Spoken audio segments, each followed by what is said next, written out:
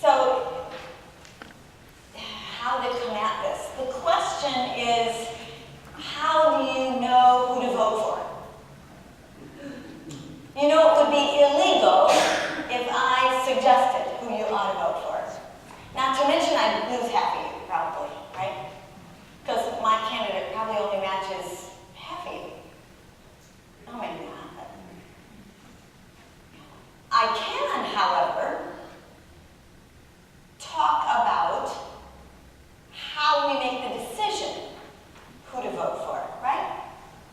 And I can talk about the moral implications of proposals on a ballot or issues that our politicians are talking about.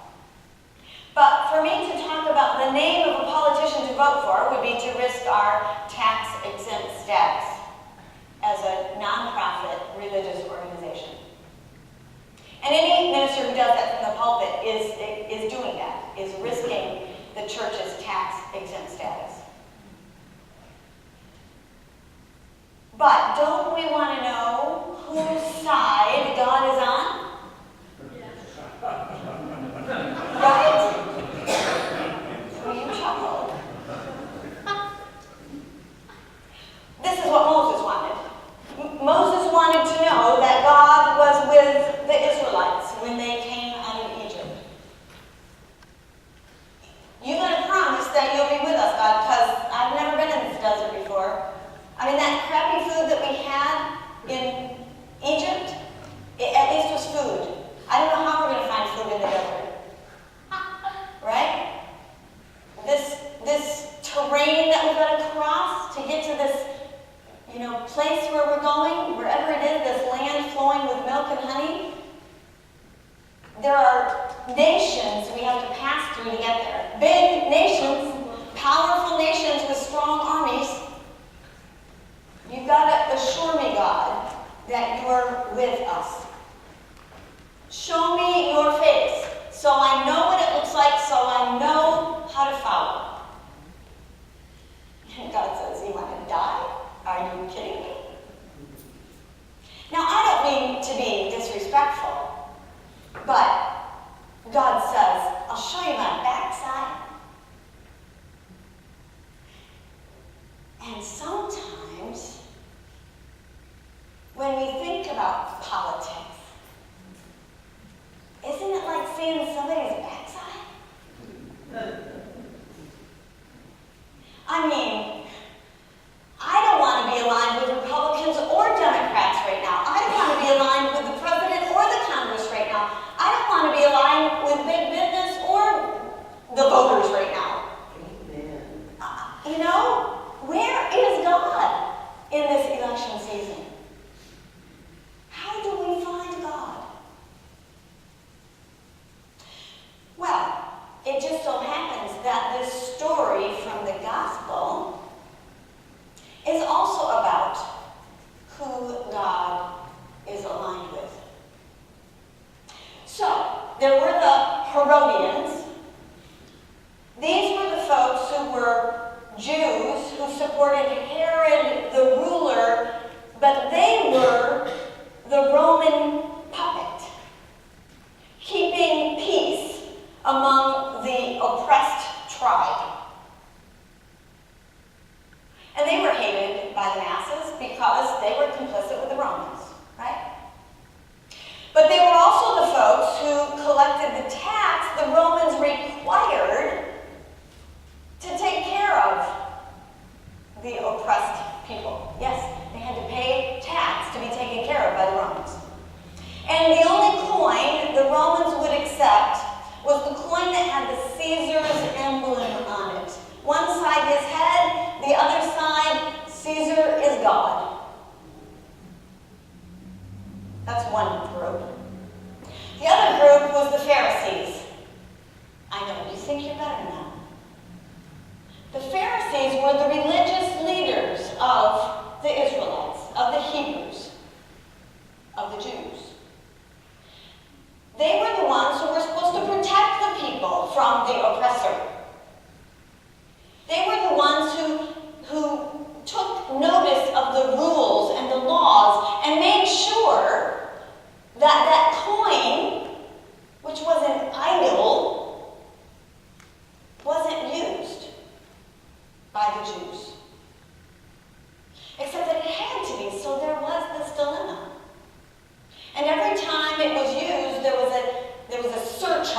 exchange rate, right? You know, if you've ever traveled to another country and had to make the exchange as a charge to make that exchange.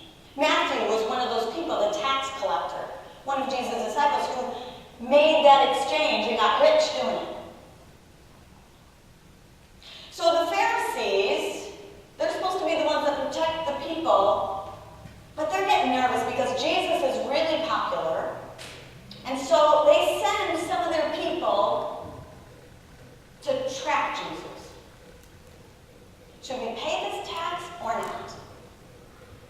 Well, now, if Jesus says, no, you shouldn't pay the tax, the Herodians are going to come after him or report him to the Romans, which is even worse. He'll get hung on a cross. Kill him somehow for sedition. But if he says you should pay the tax, he alienates himself from all these people that have grown to expect something from him, that have grown to love him and follow him. Well, that's what the Pharisees want. Now, this is where we get to see God's front side, because what Jesus does is ingenious.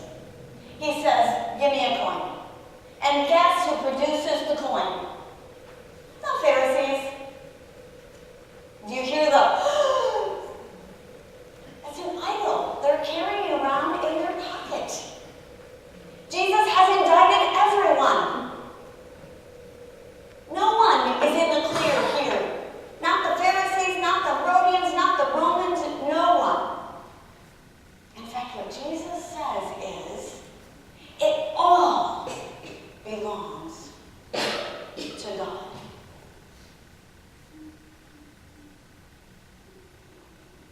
Now, in case you think that this text justifies or rationalizes paying taxes, it does not. That doesn't mean you don't pay taxes.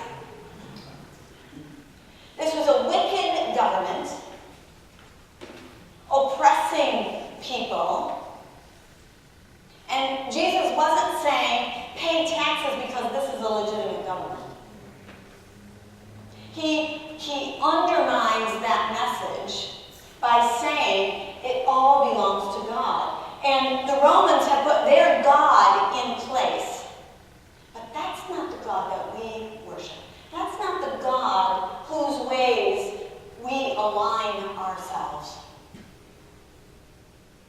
In fact, many have said throughout the Bible that God has a preference for the poor, that God gives preferential treatment to those who are vulnerable and abused and oppressed, those who are naked and blind and can't hear, those who are imprisoned unjustly.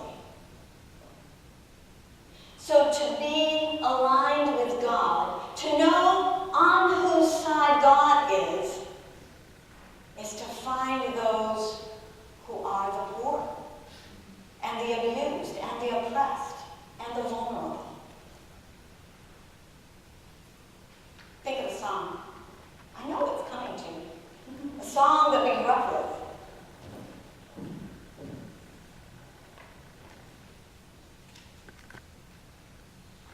Is it coming to you now? Bob Dylan, does that give you a clue? Right?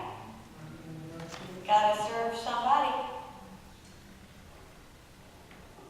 Gotta serve somebody. You may be an ambassador to England or France. You may like to gamble. You may like to dance. You may be the heavyweight champion of the world. You may be a socialite with a long string of pearls. But you're going to have to serve somebody. Yes, indeed, you're going to have to serve somebody. It may be the devil or it may be the Lord, but you're going to have to serve somebody. Might be a rock and roll addict prancing on the stage, might have money and drugs at your commands, women in a cage. You may be a businessman or some high-degree thief. You may call you a doctor. They may call you a chief. You may be a state trooper. You might be a young Turk. You may be the head of some big TV network. You may be rich or poor. You may be blind or lame. You may be living in another country under another name. But you're going to have to serve somebody. Yes, indeed, you're going to have to serve somebody. I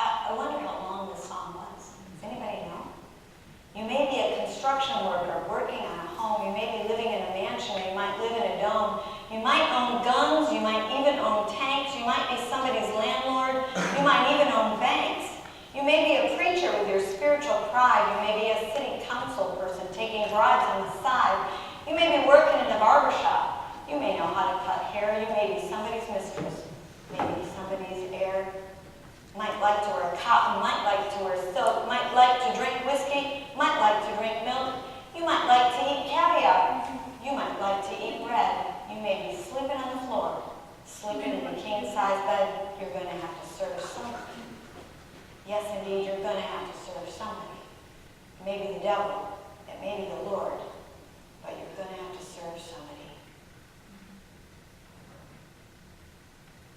So, who do we vote for? Good luck with that.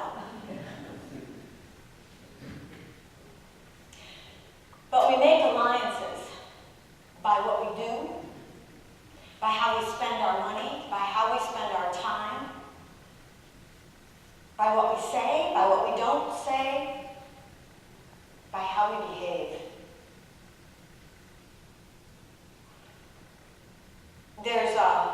There's an analogy of the pie that is our lives, you know. And some people say, this piece of the pie is my work, and this piece of the pie is my family, and this piece of the pie is my church, and this piece of the pie. And it's good to have boundaries between work life and home life and church life and family. And, right? It's good to not take your work home and take your frustrations out on your family when it's not going very well.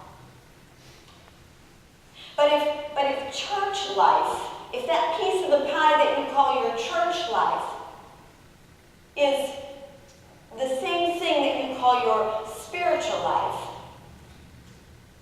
then according to Jesus, you're making a mistake. Because God owns it all. Divide the piece of the pie up, pieces of the pie, however you need to divide them up, for who you are and where you come from and how you set your priorities. But the top crust on the pie is God, is the way of Jesus, is to align ourselves to have spiritual values that are consistent with who God is and how Jesus calls us to live.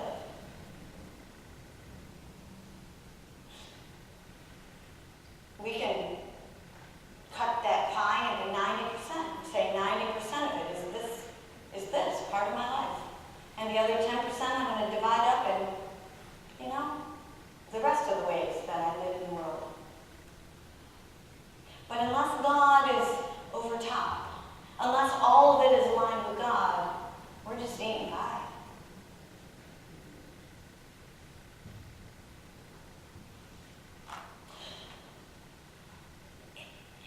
There's not much in this world of politics that seems to be filled with God's glory.